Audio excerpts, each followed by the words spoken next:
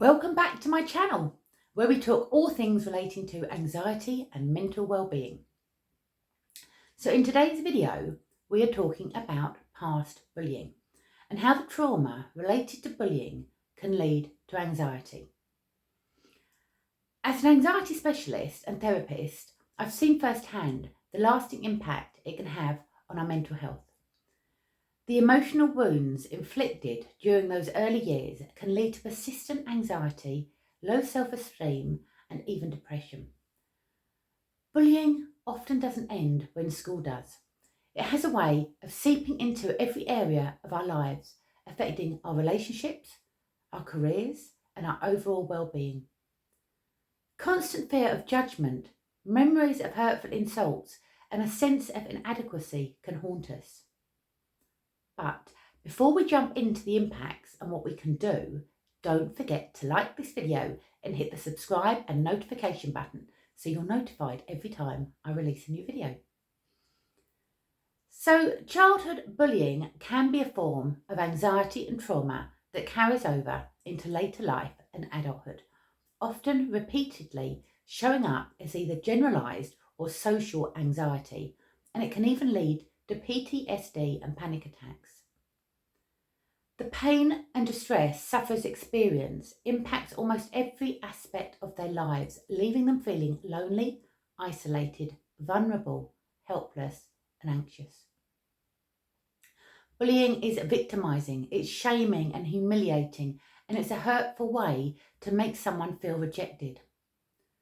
When someone is bullied, they become ostracised, dismissed, and isolated, and often go on to develop feelings of unworthiness, guilt, and inadequacy. Bullying can be a combination of both emotional and physical abuse, and it's not uncommon for someone who has been bullied as a child to continue to be bullied long after their school days are over. But we all have a need to feel like we belong. This is because, from an evolutionary perspective, we are wired to attach and belong to a tribe. Our tribe would look out for us and keep us safe. It was not possible to hunt for food, sleep, and gather firewood continuously without the support of others in our tribe. Being ostracised was likely to lead to death. Without an attachment to a tribe, our sense of belonging is lost, which can feel extremely scary, even in today's modern world. Our nervous system activates the survival mechanism of fight and flight when the emotions experienced are shame and hopelessness. Bullying involves an imbalance of power between the perpetrator and the victims, where one perpetrator engages in physical or emotional abuse and the victim is not able to defend themselves properly. The most common anxiety disorder that may develop as a result of being bullied are generalised anxiety disorders, social anxiety disorders, post-traumatic stress disorder, and panic attacks or disorders. So just to run through what that means, generalised anxiety disorder, it's often known as GAD, G-A-D. It's when anxiety becomes a disorder if you're feeling intensely worried or fearful the majority of the time and for an extended period of time. This is the most common form of anxiety, and someone suffering with GAD may be inundated with worries and fears that distract them from their everyday lives. Anxiety can have an impact on relationships, the ability to go to school or hold down employment.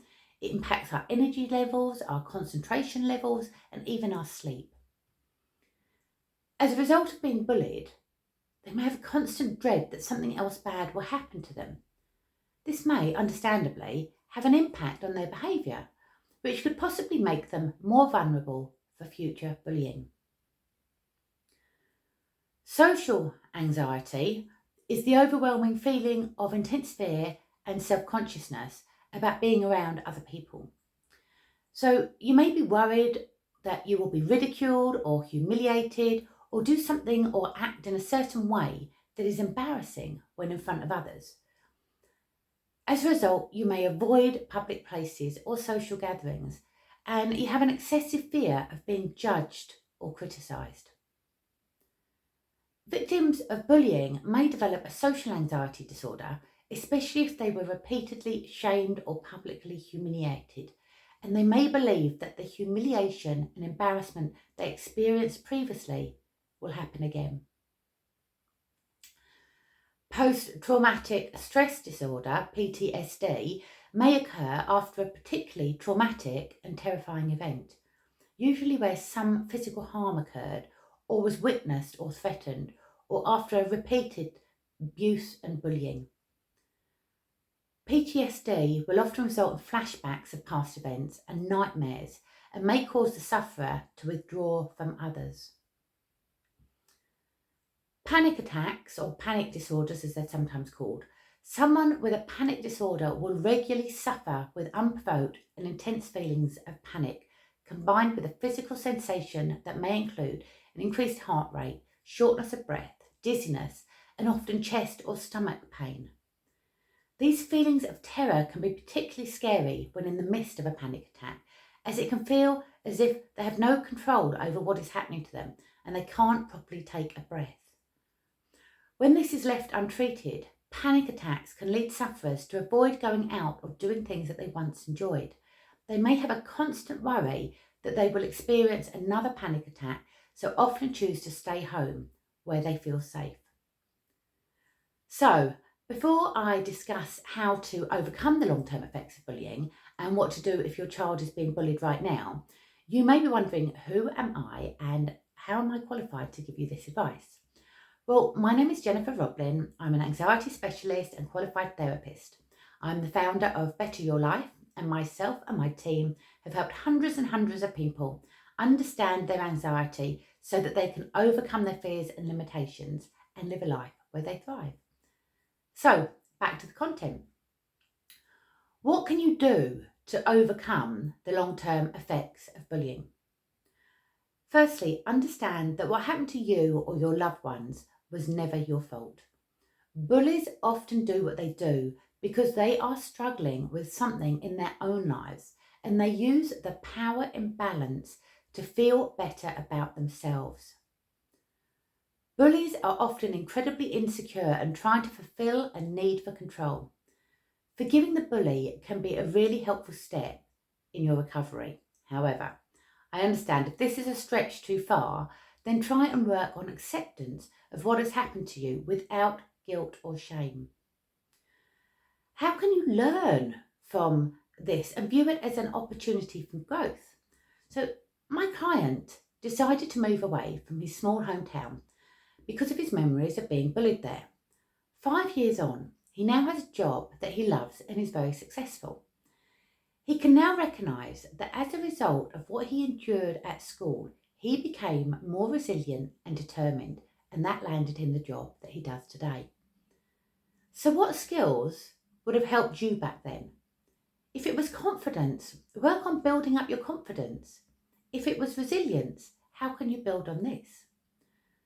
Bullies thrive on undermining self-esteem, so rebuild yours by focusing on your strengths, your achievements, and your positive qualities. Open up to friends or family members you trust. Sharing your experience can be cathartic and help you realise that you're not alone. Or you can write a letter to your younger self. What would you like to say to them? What do they need to know about your life 5, 10, 15 years down the line from when they were at school being bullied? Getting your thoughts and feelings out of your head and onto paper can really help you process what has happened in your past. So I want to give you some techniques to ease anxiety. Mindfulness, meditation and deep breathing exercises can help manage the resulting anxiety because they provide tools to stay grounded in the present moment and they reduce the impact of past trauma. You may also find it helpful to work out what the coping strategies were that you used back then and see if you're still applying those same strategies today. Are you still hiding away and playing small so you don't get noticed? Learn to identify and challenge the negative thought patterns that fuel anxiety. Replace them with positive thoughts and self-compassion. Talking to a therapist could help you remove the negative emotions that you stored when you were being bullied and help you rewrite your story to remove the victim role. You may also benefit from strengthening your social skills if they were not developed sufficiently when you were younger. So I want to give you some tips if your child is still being bullied right now. Schools have a legal duty to keep your child safe and to prevent all forms of bullying. So if that's happening to your child, keep a written record of every event that you are aware of. Keep communication open with your child so they know that you are supporting them and listening to them. Speak to the safeguarding lead at your child's school so you understand what steps they are taking to protect your child. If you don't receive a satisfactory response, then talk to the head of year. If you still do not get the response you wish for, escalate to the head of school and get a meeting in place. Ask to see their bullying policy. It should be available online, and also ask for your child's school records so you can keep track of what they're noticing.